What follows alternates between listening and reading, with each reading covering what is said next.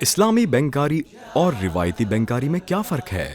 کیا واقعی ان دونوں میں کوئی فرق ہے یا دونوں ایک ہی جیسے ہیں؟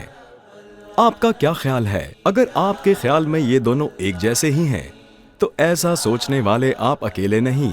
آج سے 1400 سے زائد سال پہلے قرآن کریم میں اللہ تعالیٰ نے اس غلطی کو بیان فرما کر اس کا جواب دیا ہے۔ بسم اللہ الرحمن الرحیم وَأَحَلَّ اللَّهُ الْبَيْعَ وَحَرَّمَ الرِّبَا۔ اللہ تعالیٰ نے خرید و فروخت کو حلال اور سود کو حرام قرار دیا ہے۔ بینکاری میں تجارت کیسے کی جاتی ہے؟ یہی وہ اہم ترین نقطہ ہے جو اسلامی بینکاری اور روایتی بینکاری کے درمیان فرق کو واضح کرتا ہے۔ روایتی بینکاری صرف قرض دیتی ہے اور فراہم کی گئی رقم پر ایک مخصوص شرح سے آمدنی حاصل کرتی ہے جو سود یا ربا کہلاتی ہے۔ اس کے برخلاف اسلامی بینکاری اپنی آمدنی تجارتی سرگرمیوں سے حاصل کرتی ہے جن میں مختلف اجناس کی فروخت، کرایہ داری، اثاثہ جات کی لیزنگ اور خدمات کی فراہمی کے علاوہ مختلف طریقوں سے کاروبار میں سرمایہ کاری شامل ہیں۔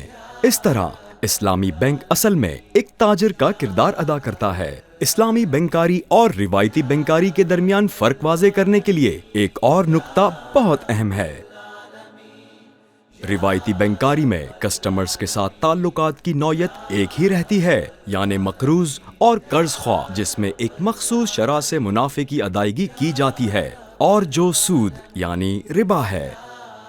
اس کے برعکس اسلامی بینکاری میں کسٹمرز کے تعلقات کی نوعیت 4 اقسام کی ہوتی ہیں۔ نمبر 1، بیع یعنی خرید و فروخت پر مبنی تعلقات۔ اس میں آمدنی خرید و فروخت سے حاصل ہونے والے منافع کی صورت میں ہوتی ہے۔ نمبر 2، اجارہ یعنی کرایہ داری یا لیز پر اثاثوں کا دینا۔ اس میں ایک فریق کرایہ دار ہوتا ہے اور دوسرا فریق مالک ہوتا ہے۔ اس میں آمدنی کرائے کے ذریعے حاصل ہونے والی رقم ہوتی ہے۔ نمبر 3، مشارکہ اور مضاربہ۔ اس میں شراکت داری قائم کی جاتی ہے اور آمدنی کا حصول منافع کی تقسیم کی صورت میں ہوتا ہے۔ نمبر 4، وکالہ۔ یہ تعلق ایجنسی کے نظام پر ہوتا ہے جس میں سرمایہ کار اور ایجنٹ کے درمیان تعلق پیدا ہوتا ہے اور آمدنی کا حصول فیس کی صورت میں ہوتا ہے۔ چنانچہ ضرورت اس بات کی ہے کہ اسلامی بینکاری کے نظام کی روح کو سمجھا جائے، یعنی اسلامی بینکاری اور روایتی بینکاری میں پیش کی گئی پروڈکٹ کی بنیاد اور تعلق کو سمجھا جائے۔ اگر یہ فرق سمجھ میں آ گیا تو اسلامی بینکاری اور روایتی بینکاری کا فرق بھی سمجھ میں آ جائے گا۔ نمبر 1، تجارت اور ربا 2 مختلف چیزیں ہیں۔ نمبر 2، اسلامی بینکاری تجارت پر قائم ہے جبکہ روایتی بینکاری سود یعنی ربا پر قائم ہے۔ نمبر 3، اسلامی بینکاری کی آمدنی تجارتی سرگرمیوں سے حاصل ہوتی ہے، یعنی فروخت سے حاصل ہونے والا نفع، کرایہ، منافع میں شراکت اور فیس کی شکل میں آتا ہے۔ نمبر 4، اس ساخت اور تعلق کو سمجھنا جن پر یہ تعلقات قائم ہیں، یعنی فروخت کنندہ اور خریدار، کرایہ دار اور مالک، شراکت داری اور پرنسپل اور ایجنٹ۔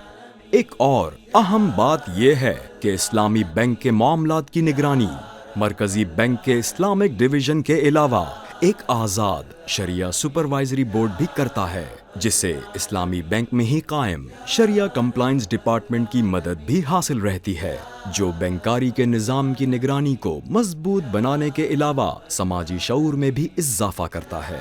اب اگر کوئی ایسا شخص آپ سے ملتا ہے جو اسلامی بینکاری اور روایتی بینکاری کو ایک ہی سمجھتا ہے تو آپ اسے بہتر طور پر فرق سمجھا سکتے ہیں۔ میزان bank, the premier Islamic bank۔